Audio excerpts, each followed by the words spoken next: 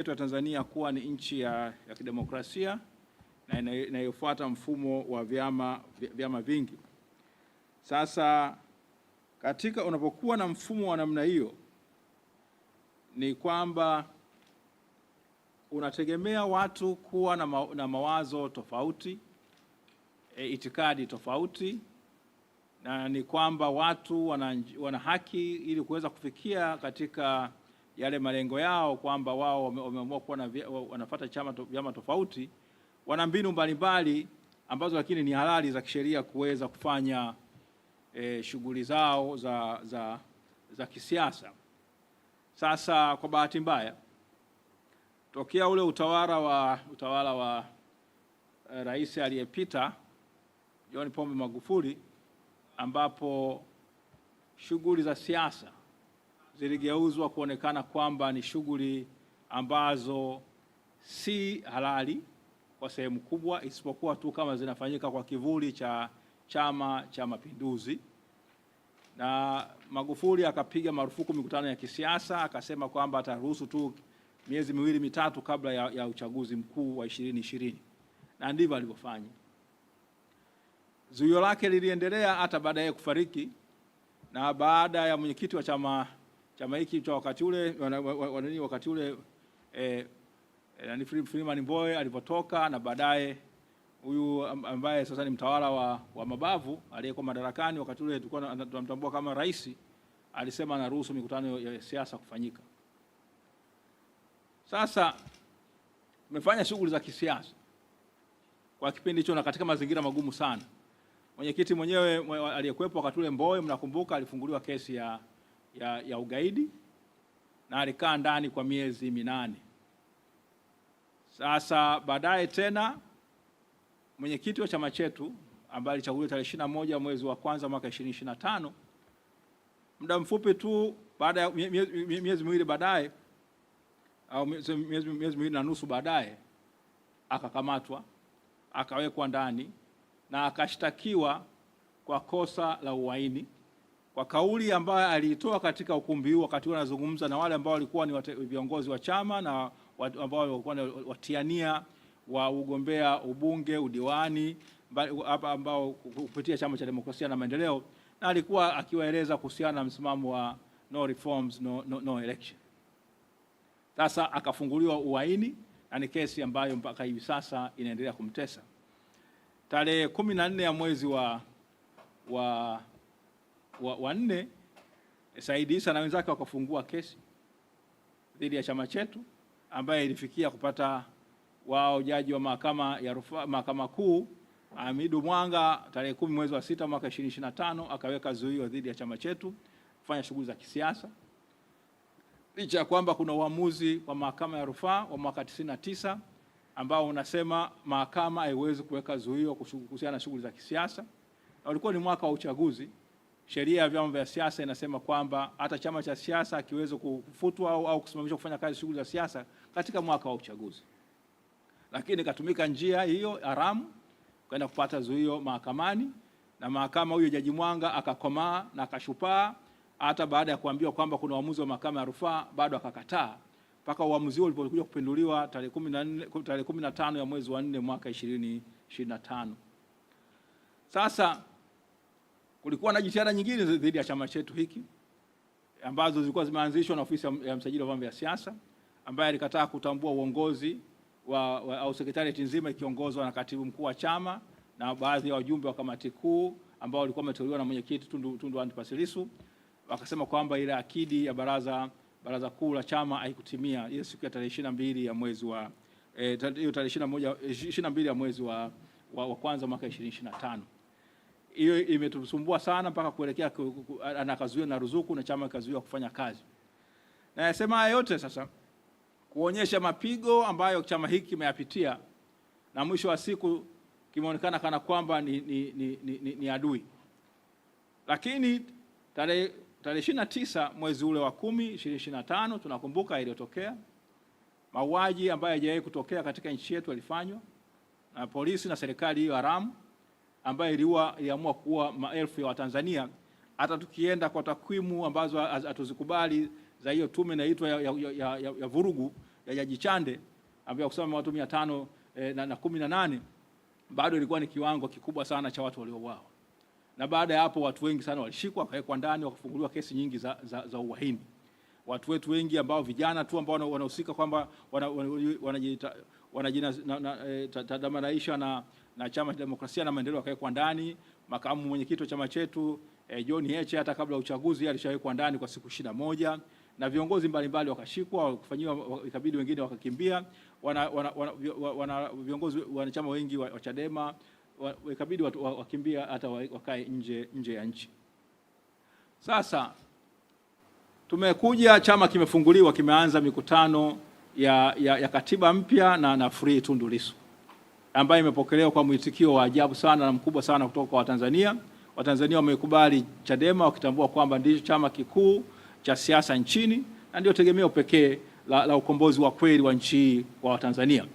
Hiyo kampeni za mwezi mmoja tu zimewafanya CCM wakaenda mtero. Njia iliyokuwepo ni kutumia njia haramu ya huyu anaitwa waziri wa mambo ya ndani Petrobas Katambi, akisaidiwa na anaitwa waziri mkuu Mwigulu Nchemba. Mwisho wa siku wakaamua kusema kwamba wamepiga marufuku mikutano ya vyama vya siasa. Ukimuuliza chini ya kifungu gani, hakuna anachoweza kutajia. Lakini mnafahamu kwamba ibara ya 26 ibara ndogo ya kwanza ya Katiba ya Jamhuri ya Muungano ya Tanzania inasema kwamba kila mtu anatakiwa kuheshimu katiba ya nchi, kuheshimu na kuitii Katiba ya Jamhuri ya Muungano ya Tanzania pamoja na sheria zake. Lakini hawa wenzetu wao bila kufahamu kwamba hii ni jamhuri au kuheshimu kwamba kutambua kwamba hii ni jamhuri, wameamua kukiuka kwa wazi kabisa katiba ya jamhuri ya nchi yetu na kuzuia mikutano ya vyama vya siasa, wakisahau kwamba ibara ya 29 ibara ndogo ya kwanza ya Katiba ya Jamhuri ya Muungano wa Tanzania inaweka wazi kabisa. Sasa kwa kuwa hawa watu nadhani hata wewe anajiita mwanasheria hata sheria hazijui, itabidi nisome ibara ya 29 ibara ndogo ya kwanza. Kila mtu katika Jamhuri ya Muungano anaye haki ya kufaidi haki za msingi za binadamu na matokeo ya kila mtu kutekeleza wajibu wake kwa jamii kama zilivyofafanua katika ibara ya 12 hadi 28 za sehemu hii ya sura hii ya katiba. Ibara ndogo ya pili katika ile 29, kila mtu katika Jamhuri ya Muungano wa Tanzania anaye haki ya kupata hifadhi sawa chini ya sheria za Jamhuri ya Muungano. Ibara ndogo ile ya 5 inasema hivi: ili watu wote waweze kufaidi haki na uhuru vilivyotajwa na katiba hii, kila mtu ana wajibu wa kutenda na kuendesha shughuli zake kwa namna ambayo haitaingilia haki na uhuru wa watu wengine au maslahi ya umma. Katiba inasema kwamba lazima uheshimu haki ambazo zimehakikishwa na kutolewa na Katiba ya Jamhuri ya Muungano wa Tanzania, ikiwemo ni haki ya kufanya siasa. Haki, ibara ya 20 inatoa haki ya watu kuweza kujumuika na kuunda vyama na kuweza kutoa maoni yao na itikadi zao. Sasa ambacho kimefanyika ikawa ni kwamba ni kinyume cha katiba hiyo ya Jamhuri ya Muungano ya Tanzania, na wameamua kutumia mabavu. Kwa hiyo hakuna sheria ambayo Katambi au mwingine anatumia isipokuwa ni mabavu. Sasa ikatokea kwamba kuna wanaharakati na Watanzania ambao wanatumia haki zao za katiba, wakasema kwamba wanataka kuandaa maandamano ya tarehe 7 mwezi wa 7. Chadema haikuwa inashiriki kwa namna yote ile katika maandamano hayo, na ilisema wazi kabisa kwamba katika mikutano ile bado tulikuwa tukifanya katiba mpya na Free Tundu Lissu, tusema siku ya maandamano ambayo itaishwa na chama itatajwa. Lakini Chadema haiwezi kumzuia Mtanzania asitumie haki yake ya kikatiba ya kuweza kuandamana. Kama watu wanaandaa maandamano, acha waandamane. Madhari hawatumii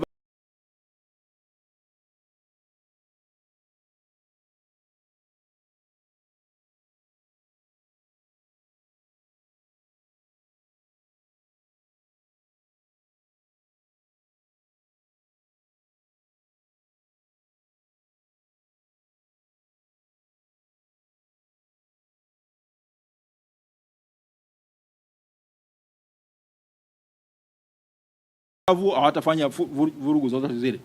Sasa imetokea kwamba baada ya yale maandamano ya tarehe 7 mwezi wa 7 ambayo ilitakiwa ifanyike, hayakufanyika, lakini Watanzania waliandamana kwa ukao wote nyumbani. Nchi yote ilikuwa imefungwa kwamba Watanzania hawakutoka kwenye nyumba zao, shughuli za biashara za kila kitu, hata ile sheria za Sabasaba zilikwama. Kwa hiyo kulikuwa na namna nyingine ya kuandamana. Wanasema kuna njia nyingi za kuua mbwa. Unaweza ukamkaba, unaweza ukamnyonga, unaweza ukamnyima chakula, unaweza kumpiga sindano, unaweza kumlisha sumu. Watanzania waliamua kwamba wao wasiende, wasitoke nje. Kwa hiyo ilikuwa ni namna ya kuweza kuonyesha kwamba hawaridhishwi na mambo ambayo yanaendelea katika nchi yetu, kwamba madhari ya watu wanatumia mabavu, hata ile njia halali kabisa ya watu kuweza kutoa maoni yao. Maandamano ni njia halali kabisa. Martin Luther King Jr. kule Marekani alikuwa wanaandamana, Mahatma Gandhi alikuwa wanaandamana, na hata hapa Tanzania watu walikuwa wakiandamana siku zote za nyuma. Afrika Kusini Desmond Tutu na nani, watu wamekuwa wakiandamana. Ufaransa tunawafahamu kabisa, wao ni wataalamu wa kuandamana, wanaandamana vibaya, tena wakati mwingine maandamano yao huwa ni ya vurugu, lakini nafahamika hiyo ni haki ya kawaida kabisa, na inatambuliwa na ibara ya 18 ya Katiba ya Jamhuri ya Muungano ya Tanzania. Hasa katika ile hali umekutikana kwamba wameshikwa viongozi na wanachama wengi wa Chama cha Demokrasia na Maendeleo. Tunaambiwa juzi na msemaji wa jeshi la polisi anasema kwamba kuna watu 133 wameshikwa, na sasa hadi hivi sasa kuna watu kama 61 ambao wamefunguliwa mashtaka, na haya yamewakumba watu wetu 61 ambao wamefunguliwa mashtaka kule Shinyanga. Tuna watu 17, mwingine anategemea pengine atafunguliwa mashtaka leo. Kuna wengine kule Mwanza 23 wamefunguliwa mashtaka. Hayo yote ni ya nini? Ni ya ugaidi. Kule Iringa wako 4 ugaidi. Mbeya wako 4 ni ugaidi. Dar es Salaam leo wamefunguliwa wale Pendo Kileo na wenzake wawili wamefunguliwa mashtaka tena ya ugaidi kule katika mahakama ya Kinondoni. Kuna kiongozi wetu alikuwa amefunguliwa na kufungwa kule Kahama. Baada tunashukuru leo Mungu Mwenyezi wa milele amesaidia kwamba hakimu katika rufaa yake imeweza kusikilizwa na uamuzi umetoka kwamba ameshinda ile rufaa yake ile Daskora. Tunashukuru. Hasa ambacho kimeonekana, ambacho ni Chadema ambacho haikubaliani nacho, ni kugeuza shughuli halali za kisiasa za watu kukusanyika, watu kukutana na kupeana maoni, kuifanya kuwa ni ugaidi.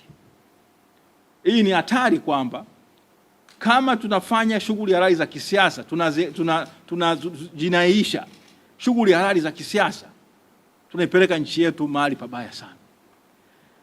Haki ya kufanya siasa ni haki ya kikatiba. Ndivyo ibara ya 3 ibara ndogo ya kwanza inavyosema, ndivyo ibara ya 20 ibara ndogo ya kwanza na ya pili zinavyosema, ndivyo ambavyo ibara ya 18 inavyosema, na hizo hata ibara ya 26 ibara ya 29 zinavyosema kwamba watu wana haki ya kufanya siasa. Sasa kama tunafanya watu kwa kufanya siasa kwa kuwa na mtazamo tofauti, kwamba watu wanapanga kuandamana, unageuza kwamba hiyo wanapanga ugaidi. Hii ni hatari sana. Ni hatari sana, kwamba maana yake hatuitakii nchi yetu mambo mema. Shughuli halali kabisa ya kisiasa unaigeuza, unaipatia jina tofauti, unaiita kwamba ni jinai. Hasa mwisho wa siku tutakaaje katika nchi yetu hii? Je, sisi ni watu huru? Maana ibara ya 15 ya katiba ya nchi yetu nasema kwamba watu wote wanatakiwa kuwa huru. Hasa kama tunageuza watu ambao walikuwa huru, wanageuza kuwa watwana na kuwa watumwa katika nchi yao, hii ni hatari. Hasa tumekaa kama wanasheria wa chama, tumezipitia hati hizi mbalimbali. Ukiangalia kama hapa kwa mfano, ninayo hati ya kesi ya kule Mbeya ambayo inamhusu Noah Mwarwange, Gwamaka Mboka, Rogers Mpwani, Agustino Wasinyo. Hii inawaambia kwamba wao wametenda nini? Wametenda ugaidi, kwamba katika eneo la kule Mafiati katika walipanga kwa pamoja kutenda vitendo vya kigaidi, ikiwa pamoja na kuwashauri watu na kuwashawishi watu katika eneo la Mafiati kutenda vitendo vya kigaidi, ikiwa ni pamoja na ikijumuisha na kuharibu mali, na kwa maana hiyo na kutaka kuwatisha wananchi wa Jamhuri ya Muungano ya Tanzania. Tuna nyingine tena, huyu anaitwa Jasiri Robert Masumbi, na yenyewe ni ya Mbeya. Yenyewe vile vile nasema kwamba alikuwa na lengo la kuwashambulia polisi kule Mbeya na kusababisha vifo na kuwaumiza. Kuna kule Mwanza tunao kesi inamuhusu, hii ni kesi namba 16379 ya mwaka 2026, kesi ya uchumi. Hii inamuhusu Alfax Sadi Bundara Nyamwaga, Fanson Wilson Mpango, Abeli Maruta Mwesa, Hassan Mohamed Saidi, Emmanuel Anthony Wambura, Adamu Robert Idi, Damas Bebwa Sadok, Petro Matias Mabula, Abdul Amani Kagwidi, David Mashaka Maendeka, Filipo Mayingu Masatu, Edward Peter Mikindo, Emmanuel Joseph Doto. Hao 12 wanashtakiwa kwamba walitaka kuharibu mali, walishiriki katika mikutano kwa malengo tena matendo ya kigaidi na kuharibu na kutaka kuchoma mali za watu binafsi na za serikali. Hiyo tarehe 7 mwezi wa 7. Haya, mwingine huko tena Iringa au anaitwa Akudi Aknai Korai, Abdi Daudi Mwaisoba, Ambi Daudi Mwaisoba, Raimu Hussein, Edman Beatu Sambara wameshtakiwa na kesi ya kiuchumi namba 164453 ya mwaka 26 huko Iringa, na wao kwamba wanashtakiwa kwamba walikuwa wanataka kutumia vilipuzi na kuweza kuwashambulia dhidi ya maafisa wa polisi, na kwa maana hiyo na kutaka kuutisha umma. Tunayo kesi nyingine Shinyanga, hii inamuhusu hii ni kesi namba ya kiuchumi namba 16506 2026, na mwisho Goldwyn Laurent, Hamisi Omari Ngunila, Johnson Paulo Michael, Joseph Isaac Ongoro, Mwebi Charles Yoyo. Hao wote wanaambiwa kwamba walitaka katika maeneo huko Shinyanga kuanzia tarehe 15 mwezi wa 6 mpaka tarehe 10 mwezi wa 7 katika maeneo mbali ya Shinyanga walikula njama ya kutenda matendo ya kigaidi, ikiwa pamoja na kuwa na maandamano haramu. Kwa hiyo wakitaka kutishia usalama wa nchi yetu. Vile hawa tena Edwin Ongito, hiyo ni kesi hawa 16504, Ongito, Jabari Abdul Sharifu, Sengiyumba Sadiki, Boniface Queen Kasuruba, Hussein Marijani Hamidu, Mohamed Shabani Nkimani, Mwinyi Salomu Kuliengana, Omari Ali Nganinga, Maulidi Ramadhani. Hawa wanasema kwamba kuanzia kati ya tarehe 26 Juni mwaka 2026 hadi tarehe 7 Julai katika maeneo mbalimbali kule Shinyanga walikuwa na lengo, walikula njama za kutaka kutenda matendo ya kigaidi, ikiwa ni nini? Ugaidi wao ni nini? Maandamano haramu. Tukaenda kule Mwanza, kuna kesi ya kiuchumi namba 16375 dhidi ya Deus Elias Masarago, Mohamed Saidi Tosha, Fabian Bernard Nguvumali, Samuel Kayange Mtani, Samuel Ngaji Kobel, Julius Mwita Makonga, Fanuel John Lutana, Filipo Juma Kulwa, Filipo Ntembeji Shipuruko, Hamisi Masanja Mnyimvua. Hawa wanaambiwa kwamba wataka kutenda matendo ya nini? Ya kigaidi huko Mwanza katika eneo katika kuanzia tarehe 4 kati ya tarehe 4 na tarehe 7 katika sehemu ya Nyamagana. Walikutaka kushiriki mikutano wakijua kama mikutano hiyo ina lengo la kufanya nini? Mambo ya kigaidi, ikiwa ni pamoja na nini? Na kuchoma moto mali za watu binafsi na za serikali. Sasa na ya mwisho hii hapa ilikuwa inahusu Jackson Venant Kabiesereza.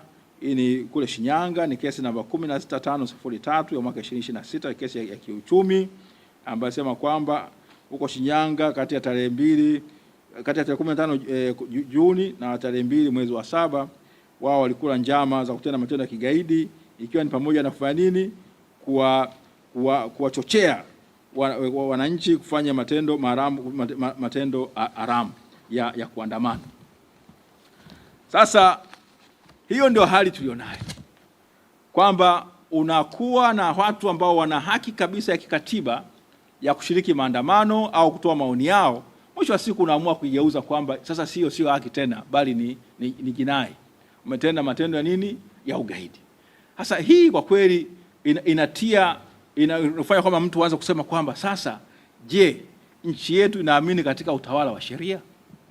Na mwendesha mashtaka mkuu wa serikali kwa mujibu wa ibara ya 59 ibara B kubwa ya Katiba ya Jamhuri ya Muungano ya Tanzania inamtaka kwamba kwanza licha kuanzisha ofisi yake inataka kwamba afanye kazi zake afanye kazi zake.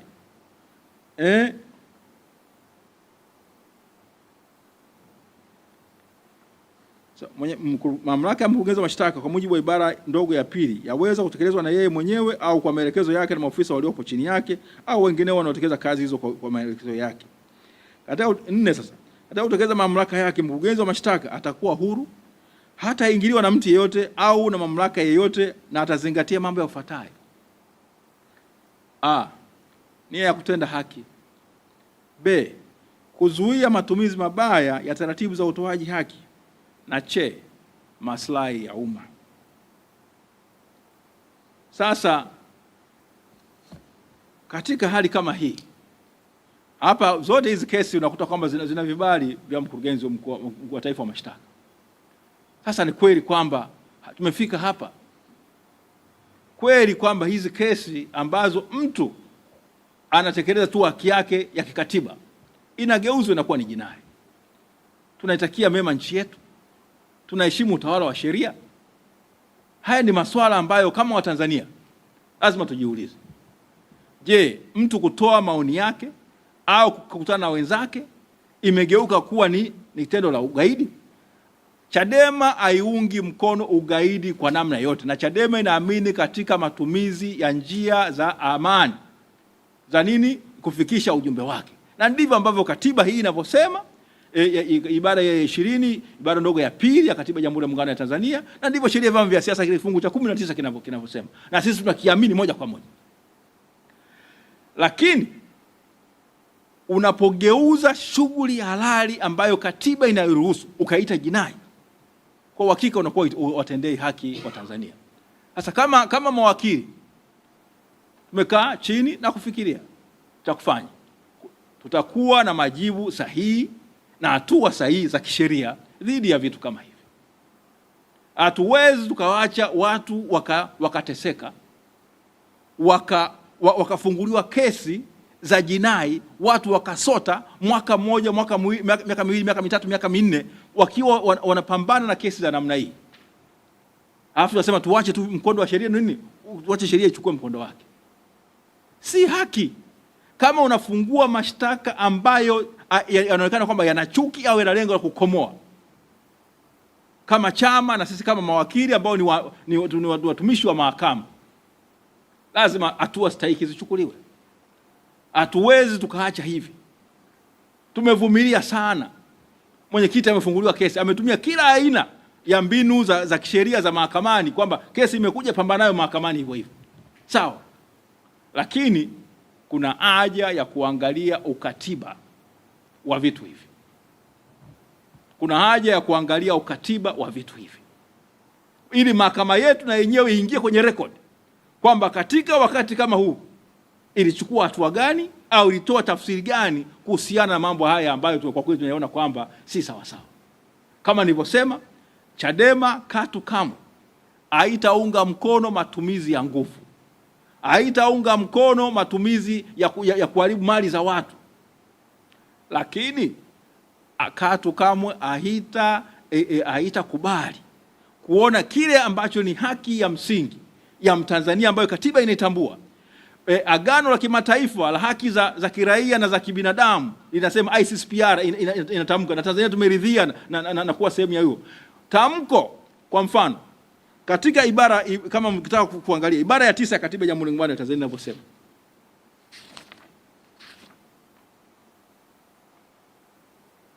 ibara ya 9 inavyosema hivi: lengo la katiba hii ni kuwezesha ujenzi wa Jamhuri ya Muungano na Serikali ya Mapinduzi Zanzibar au wa chochote kati ya vyombo vyake na udugu na amani, kutokana na kufuata siasa za ujamaa na kujitegemea, ambayo inasisitiza utekelezaji wa misingi ya kijamaa kwa kuzingatia mazingira yaliyomo katika Jamhuri ya Muungano. Kwa hiyo mamlaka ya nchi na vyombo vyake vyote vinawajibika kuelekeza sera na shughuli zake zote katika lengo la kuhakikisha kuwa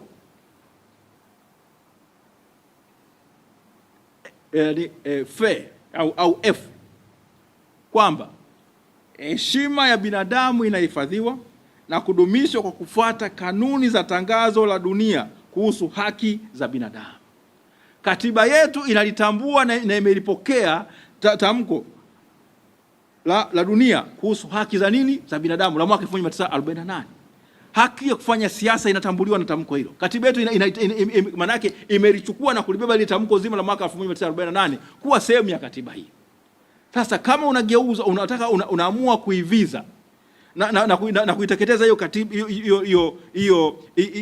hizo haki, utendi sawa. Ibara ya 7 ya katiba inavyosema, nadhani tusaidiane.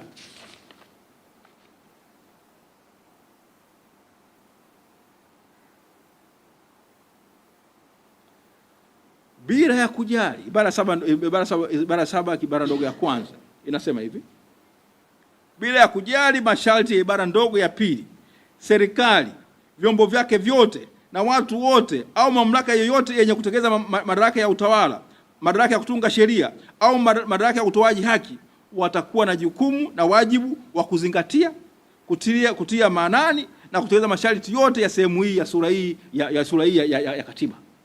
Ni kwamba hii ibara sehemu ya pili ya katiba inatakiwa kuheshimiwa na kufuatwa na watu wote serikalini, ikiwemo nini? Tamko la kimataifa la haki za nini, za binadamu la mwaka 1948, na ikiwa ile vile vile ibara ya 8 ambayo inasema kwamba chanzo chote cha madaraka kinatoka nani? Kinatoka kwa wananchi. Hasa tumelazimika kuja hapa kuwaita nyinyi ndugu waandishi wa habari, ili kwamba tuweze kusema kwamba haya ambayo yametokea na yanaendelea kutokea, kwa sababu tunaambiwa kuna wengine hawa 61 ambao wamefunguliwa kesi sawa, lakini kuna wengine ambao mpaka wafike 133. Maana tunazungumzia watu zaidi pengine ya watu kama 70 nayo hawajafanya nini, hawajapelekwa mahakamani.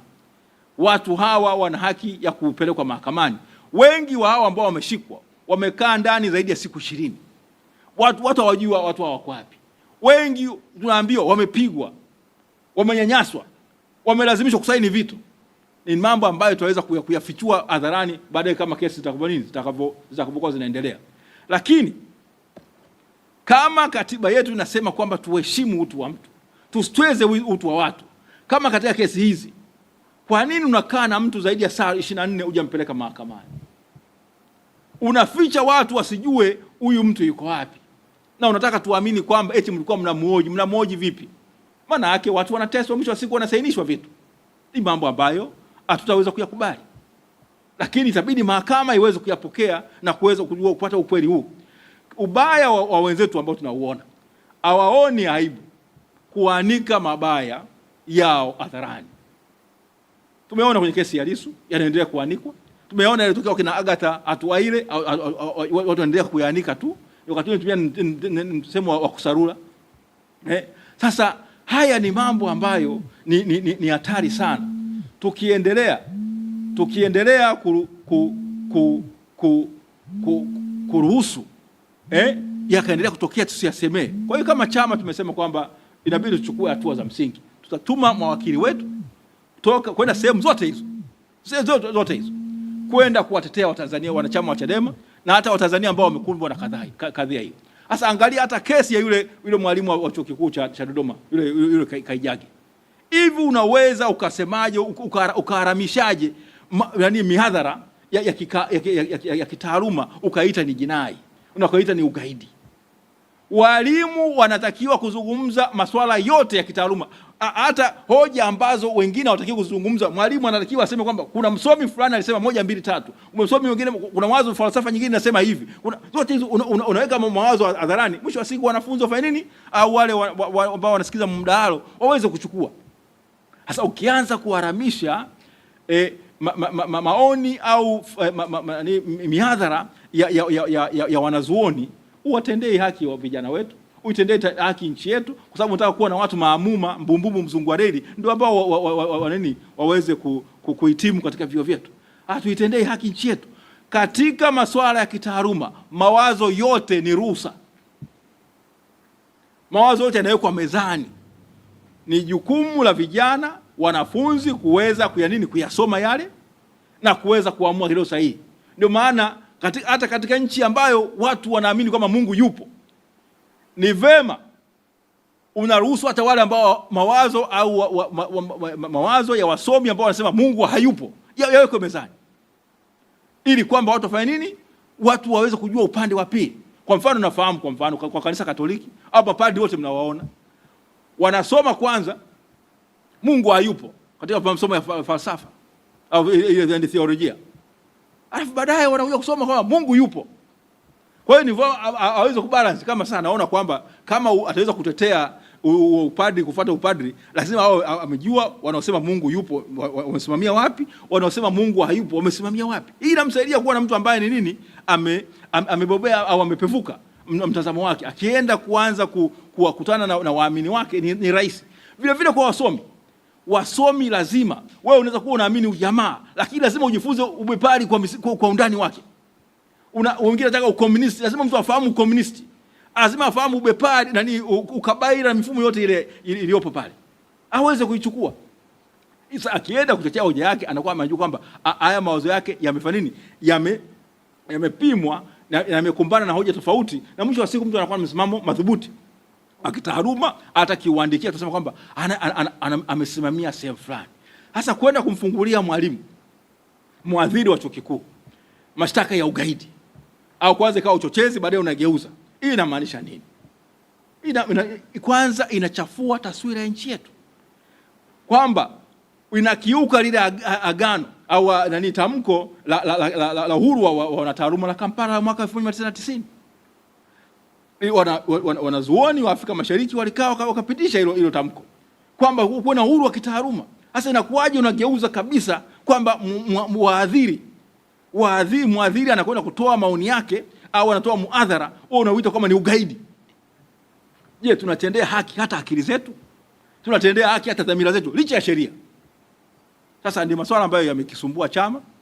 Na sisi kama wanasheria tumeona kwamba haiwezekani. Ni vitu ambavyo sasa tutabidi kwamba tutatuma timu za wanasheria wetu, wataenda huko mikoani, wataenda kukutana na hao ambao wamekutana na madhara haya na kuweza kuandaa utetezi madhubuti kabisa wa dhidi ya mashtaka yote ambayo yanawakabili. Na tutaangalia hata ukatiba wa mashtaka haya yote.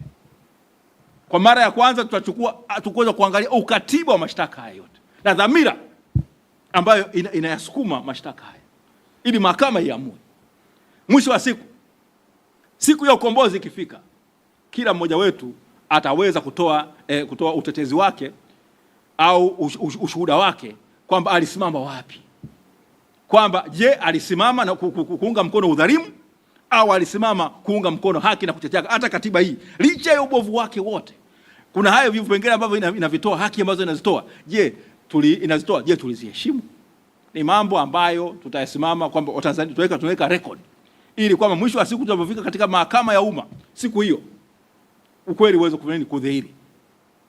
Yeyote nilisema kama Chadema ina kumbukumbu ndefu kushikama maji ya bahari au ziwa Tanganyika. Hatutasahau uovu wote ambao umetendwa. Waliotenda maovu wajue kwamba watajibu. Hiyo ni guarantee. Sio lazima mtu kama mimi niwepo hapa ndio nisimamia hilo, lakini hata hawa vijana wetu wadogo hawa Bavicha na nani watayasimamia. Hiyo ni amini ambayo watu ambao wamekula kwamba watasimamia ukweli na kuhakikisha kwamba haki mwisho wa siku inadhihiri, na kwamba hakuna jinai ambayo itaoza. Zote zitawekwa hadharani. Kwa sababu ili kuweza kuhakikisha kwamba Tanzania ni nchi inayofuata utawala wa sheria, lazima yeyote yule aliyetenda maovu ajue kwamba atalipa. Atafikishwa mbele ya vyombo vya sheria na atalipa. Leo anaweza kuwa na kinga zake anaziona na kinga zake, lakini makosa dhidi ya ubinadamu hayana kinga. Makosa dhidi ya ubinadamu hayana kinga. Watu watashtakiwa. Wale wanaoamini katika kwamba amri kutoka juu, nipende kuambia hakuna amri kutoka juu. Juzi mahakama alikuwa anazungumza hiyo mambo ya mashtaka ya kule ya Nuremberg trials. Watu wajifunze. Watu wasiwe na kumbukumbu fupi kama maji ya mto. Kwa sababu maji ya mto yakipita hayakumbuki. Lakini sisi tuna maji na kumbukumbu ndefu kama nini? Maji ya ziwa Tanganyika au maji ya bahari. Hatusahau, inayoingia pale inakaa nasi na tutakushughulikia. Lakini kwa misingi ya haki. Hatumtishi mtu, bali tunapenda kwamba ufahamu, uzingatie, kwamba tunaweka mazingatio, kwamba mtu azingatie unapotenda hayo sasa ambayo si hayako sawa. Kuna siku utafanya nini? Utalipa. Kwa sababu hatuwezi tukaruhusu nchi yetu ikafanya nini? Ikaingia kwenye nini? Kwenye tando ya jehanamu ambayo hapa duniani. Yalitupata Oktoba 29 na baada ya pale. Ni masuala ambayo yanasikitisha. Masuala ambayo yameibisha nchi yetu, yamechafua taswira ya nchi yetu. Licha ya kwamba hatukubaliana mfumo wa chama, lakini angalau kulikuwa na heshima fulani ambayo ilikuwa ya nchi ilikuwa imejengwa kwa muda mrefu. Hiyo sasa hizi hatuna heshima yote ile. Sasa hizi ni basket case, kwamba tumeitubwa, tumeingizwa katika nini, wala sio kama tumechafuka kwa vumbi, tumechafuka kwa damu, tumejidhalilisha. Sasa ndio haya masuala ambayo tunasema kwamba, kwa hiyo zile familia za ndugu ambao ambao wamewekwa ndani, tunaomba wawe na moyo wa ujasiri. Chama kitaweza kuwafikia kwa namna kinaweza kuwasaidia, lakini kubwa ni kuwapa moyo kwamba wao wamekuwa askari wetu wa mbele katika mapambano haya. Tunawaomba wawe na uvumilivu na ustahimilivu wa kuweza kufanya nini, kushirikiana na sisi. Ni kweli watapitia katika matatizo mazonge makubwa sana, familia zitaweza kuzitayumba, lakini tunaomba kwamba wawe na nini, wawe na ustahimilivu. Tunachokuahidi sisi kwamba tunaweza kuahidi ni msaada wa kisheria, tutatuma timu ya mawakili wetu. Lakini sasa kama unaofahamu Tanzania, ili kuweza kufanya kazi hii ya kuweza kupeleka timu za wanasheria imara na madhubuti kutoka Dar es Salaam, kutoka sehemu mbalimbali na kuweza kuwapeleka kwa mikoani, kuna gharama zake. Kwa hiyo tunawasihi kwamba muweze kuchangia chama hiki. Sasa licha ile tone ambayo tunachangia kwa ajili ya baraza kuu, lakini vile vile mchangie kwamba wale mchango ile ya kujirudia ambayo itatufanya nini, kusaidia chama kuwa na rasilimali za kutosha kuweza kutuma mawakili waweze kwenda. Atumi mawakili kwamba tunaenda kuwalipa mishahara, lakini ni gharama za usafiri, gharama za malazi, gharama za chakula, kwamba waweze kujikimu na kuweza kufanya kazi hiyo, kwa sababu kwa sehemu kubwa ni kwamba wanafanya nini, wanajitolea kuweza kupambana. Na bahati mbaya kesi za jinai zilivyo, kesi za jinai huwa mawakili atulipwi, kwamba nikishinda kesi nalipwa yule ambaye nimemshinda kwamba atanilipa. Kwa sehemu kubwa huwa tufanye hivyo. Maana yake ni kwamba ni kama kila mtu achukue gharama zake. Lakini sasa gharama, ili chama kiweze kutuma mawakili sehemu zote hizo, lazima tupate msaada wa Tanzania. Kwa hiyo tunaomba michango kwa chama hiki iongezeke. Tuchangie Chadema. Kutakuwa na namba ambayo ya yale malipo ya kujirudia ambayo tunaomba kila mtu anakipenda chama hiki, anataka chama hiki kiwe madhubuti na imara na kuweza kuwa na rasilimali za kutosha, basi afanye nini, aweze kuwa anakubali kujiunga katika yale malipo ya kujirudia, kama kila mwezi anakata kama ni 1,000, 2,000, 5,000, 10,000, 100,000 au nini kila mwezi, basi aingie katika malipo hayo katika mpango huo, ili uweze kusaidia kwa nini chama hiki kuwa na rasilimali za kutosha kuweza kupambana na hawa watu ambao kwa kweli hawaitakii mema nchi yetu. Hapa ni kwamba kama waliposema wao watatumia dola kubakia na dola. Sasa ni vyema sisi kwamba tuondokane, tushiriki katika mapambano haya kuhakikisha kwamba nchi yetu inaongozwa kwa utawala wa sheria, utawala wa katiba ambayo inajali haki na heshima na uhuru wa watu, na kuhakikisha kwamba Tanzania inaendelea kwa nini, Tanzania inakuwa nchi inafuata demokrasia ya kweli, vyama vingi ambao watu wake ni huru na hawana na sio watu ambao ni watwana na watumwa, au watu wanaogeuzwa kuwa vidubwana au vijitu au mali za watu wengine. Asanteni sana.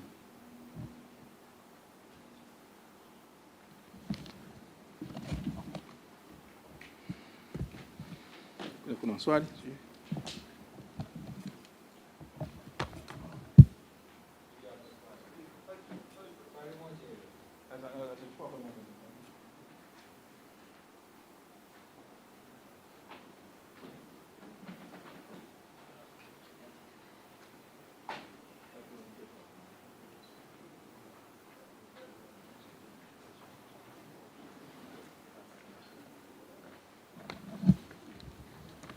Asanteni, niko tayari kupokea maswali.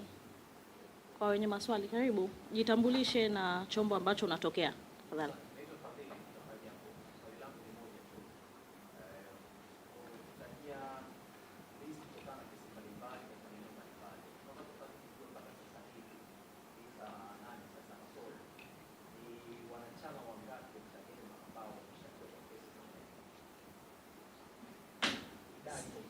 Asante.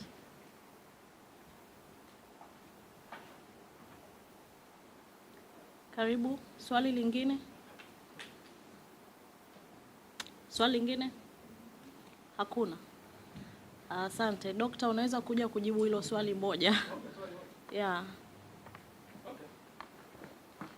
Nadhani asante kwa swali. Nadhani tuna watu 61 ambao kwa taarifa tunazo kwamba ambao wamefunguliwa kesi mbalimbali, lakini idadi ambayo kutoka kwa mujibu wa msemaji wa jeshi la polisi ni kwamba kuna watu 133 ambao wameshikwa. Kwa hiyo uchukua hiyo 133 ondoa hiyo 61 unapata nadhani unapata watu 72 wengine bado hawajaletwa mahakamani. Sasa hiyo ndio inakuonyesha hali yetu, hali ilivyo. Sasa siwezi kusema kwamba wote ni wa Chadema, lakini wengi wao ni wa Chadema, na mnavyofahamu kwamba Chadema haikuwa kama nilivyosema mwanzoni, hatakuwa tunashiriki katika maandamano kama chama, lakini kama mtu kama Mtanzania ana haki ya kushiriki katika maandamano au kuhamasisha watu kushiriki katika maandamano. Hujaona tamko lolote lile la Chama cha Demokrasia na Maendeleo kisema watu fanye nini, watu waandamane tarehe 7 au nini. Lakini Chadema ilikuwa wazi kabisa, watu wana haki ya kuandamana kama wanataka kuandamana. Siku hiyo hawakuandamana. Sasa hivi siku ni masuala ambayo tutaweza kuyazungumzia huko mahakamani, lakini nimesema unasema kuna namna nyingi za kuua mbwa, watu wakaamua kukaa majumbani. Sasa wameamua kukaa majumbani na kuandamana, lakini ule mguso au mbinyo au mtikisiko wa uchumi ulikuwepo, na ni hatari sana. Sasa kama watu wakiamua kwamba watakuwa wanakaa nyumbani kama njia yao ya manake ni kama mgomo itafika huko, lakini hata mgomo ni njia halali kabisa. Ambacho nimekizungumzia hapa ni ile hatari ya kugeuza shughuli halali au harakati halali kuigeuza ukaita ugaidi, ukaipatia ukaijinaisha, na mwisho wa siku ukawabambikizia watu kesi. Hiyo ni kwamba tunaelekea pabaya. Nimesema ibara ya 7 ibara ndogo ya kwanza ya Katiba ya Jamhuri ya Muungano wa Tanzania iko wazi kabisa kwamba serikali, mahakama, bunge, wote wanaofanya kazi za umma wana haki, wana jukumu la kuheshimu kile ambacho kimesemwa katika sura ya 2 ya Katiba ya Jamhuri ya Muungano wa Tanzania, ikiwemo nilivyosema ibara ya 9F ya Katiba ya Jamhuri ya Muungano wa Tanzania inasema kuheshimu na kutekeleza haki zilizoainishwa katika Tangazo la Ulimwengu la haki za binadamu. Lakini kinachotokea sasa kiko wazi kabisa kwamba hatuheshimu hayo. Tumesema kwamba sisi tutatumia dola kubakia na dola. Wale walisema hivyo watawala watatumia dola kubakia na dola, na ni ubabe ndio ambao uko kazini, na mwisho wa siku ni kwamba sasa inabidi kuialika mahakama yenyewe iweze kujitabanaisha katika mazingira kama haya, nchi yetu inaenda vipi. Kwa hiyo ndio maana chama kimeamua kwamba kitatumia njia halali kabisa za kisheria kuweza kupambana, lakini jumuiya ya kimataifa na yenyewe ijue kwamba hii ndio nchi yetu ambayo tulionayo. Hiyo ndio Tanzania ambayo ilikuwa ile miaka ya 60 70 ilikuwa inaongoza jumuiya za kimataifa kupigania haki za binadamu na ukombozi wa Afrika. Ndio hapa ambako imefika hivi sasa, kwamba viwango vyake vimeporomoka na kuwa nchi ya umwagadamu. Asante.